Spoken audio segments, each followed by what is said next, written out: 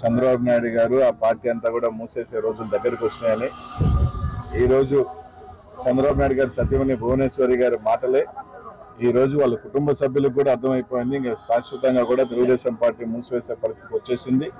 చంద్రబాబు నాయుడు గారు ఇంకా ఏజ్ అయిపోయింది, టైం అయిపోయింది.